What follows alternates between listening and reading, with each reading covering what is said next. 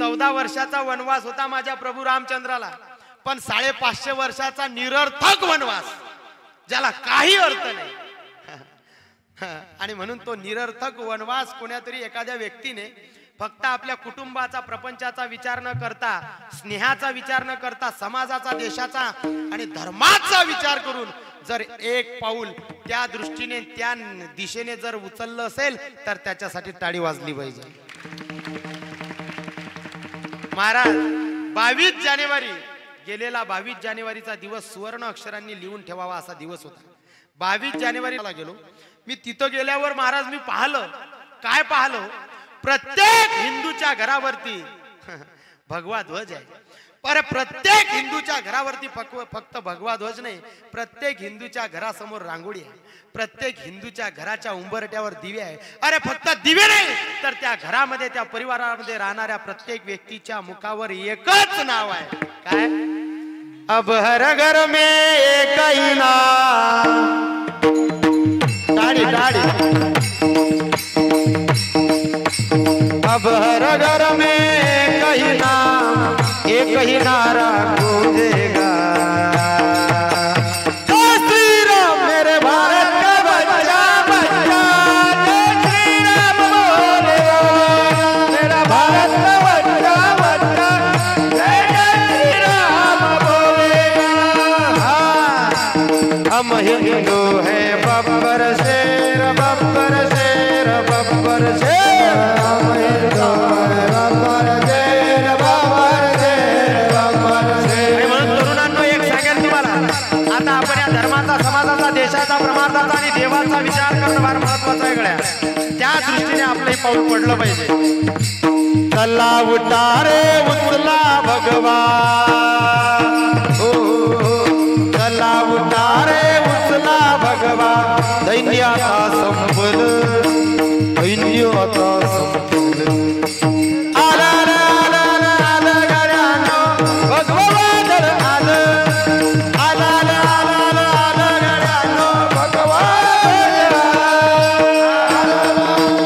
आला गड्यानो भगवा वादळ आलं.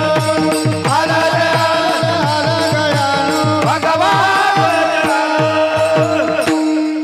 अरे प्रत्येकाचं एक स्वप्न होतं, बनाएंगे मंदिर कसम तुम्हारी राम, प्राण से प्यारा है अवधपुरी का धाम. बनाएंगे मंदिर, बनाएंगे मंदिर. पण पाऊल कोणी उचललं का हे सांगणं महत्वाचं आहे. फक्त आपला विचार आणि पक्षाचा विचार करणाऱ्यांचा संकुचित विचार आहे. पण एखादा कोणत्याही पक्षाचा असो, त्याने जर धर्माचा विचार केला असेल, देवाचा विचार केला असेल तर त्याचा विचार आमच्या विचारात येणं महत्वाचंच आहे. महाराज आलाच पाहिजे, आलाच पाहिजे. अरे निशी गेले हो, काही काही जीवानिशी गेले. महाराज स्वतः करता कुटुंबाचा विचार करणारे तर पशुही आहे, पण समाजाचा, धर्माचा विचार करणारे अमर आहेत. लक्षात ठेवा, ते मरत नाही कधीच. छत्रपती शिवाजी महाराजांना जाऊन किती वर्ष झाले? तुकोबार आहे, ज्ञानोबार आहे, गजानन महाराज, तुकडोजी बाबा, त्यांचं सुद्धा समाजाकरता कार्य आहे. तुकडोजी बाबा तुमने भारत जगा दिया था. आणि म्हणून महाराज छत्रपती शिवाजी महाराजांचं कार्य सुद्धा तसंच होतं. समाजाकरता होतं. जेव्हा अफजल खानाला मारलं तेव्हा माहिती पडलं आपल्या सौभाग्यवतीची तब्येत बरी नाही म्हणून, पण तरी सुद्धा स्नेह आठवला नाही, स्नेहाची आठवणच केली नाही. तुमचा, आमचा, रयतेचा, धर्माचा, देशाचा, देवाचा विचार केला. आणि म्हणून आज आम्ही या धर्म मंडपात बसलेलो आहोत. चारी बाजूंनी वेळा पडला होता राजाला. अरे इकडे मोगल, तिकडे निजाम, पलीकडे इंग्रज. जो तो हेच म्हणत होता, राजाची सेना बुडवर, खानाला कसा थोपणार, काय लढवा वाहून नर, चिंतेत बंद सरदार.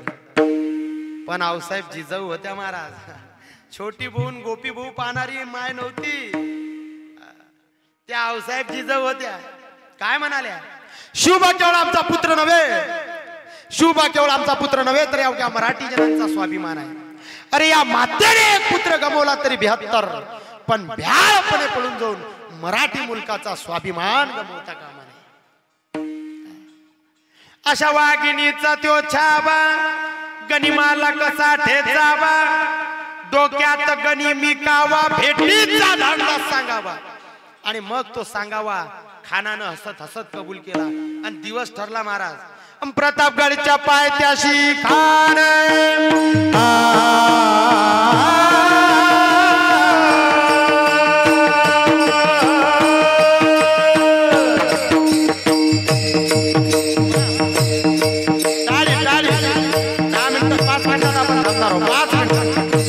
छत्रपती त्यांचं जीवन 5 मिनिटात मांडण्याचा प्रयत्न करतो टाळी वाजवा प्रतापगडच्या पायथ्याशी खान हे प्रतापगडच्या पायथ्याशी खान प्रतापगडच्या पायथ्याशी खान झाला बेगुमान नाही त्याला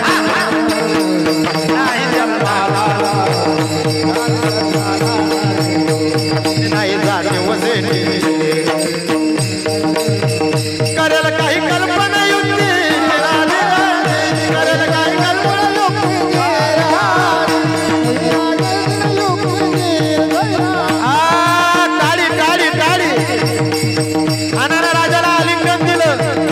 दगा केला दगा अनरा अभिमान वाढाला अनरा अभिमान वाढाला कट्टारीचा वार त्याने केला कट्टारीचा वार त्याने केला खर आवाज झाला चिलखते होते अंगाला खानाचा वार फुका गेला महाराजांनी संधीचं सोनं केलं छत्रपती शिवाजी महाराजांचे गुरु जगद्गुरु तुकोबाराय होते छत्रपती शिवाजी महाराज जगद्गुरु तुकोबारायांच्या कीर्तनामध्ये जाऊन बसायचे महाराजांनी संधीचं सोनं केलं महाराज पोटामध्ये पिचवा बिघिणारा मग नकाचा मारा केला तरा टरा फाटलं पोटाला त्याला गेला खानाचा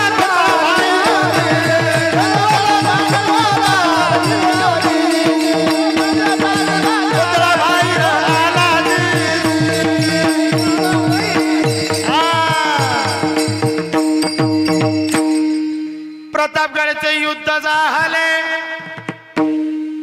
रक्त सांडले पाप सारे गेले पावन केला कृष्णेचा घाट अन लाविली गुलामीची हो वाट अन मराठेशाहीचा मांडला थाट जिरे हाजी जी जी जी जी छत्रपती शिवाजी महाराजांनी अफजल खानाला मारलं फाडलं त्यावेळेस ते विचारधारा संपुष्टात आणली पण माझं वैयक्तिक मत असं आहे मी कुठं वाचलं नाही कुणाचं ऐकलं नाही माझं वैयक्तिक मत असं आहे ही अफजल खानी प्रवृत्ती विचारधारा पुन्हा एकदा काही तरुणांच्या विचारामध्ये जिवंत झाली आहे काय मत आहे तुमचं जर तसं नसतं तर 5 वर्षाच्या मुलीवर अत्याचार झाला असता का माझ्या देशात तो अफजल खान त्या प्रवृत्तीचा होता महाराज राक्षस म्हणणं राक्षसाचा अपमान आहे एवढा तो क्रूर होता फक्त जातीनं मुसलमान होता म्हणून मारला का महाराजांनी त्या विचाराचा जर एखादा हिंदू जरी असता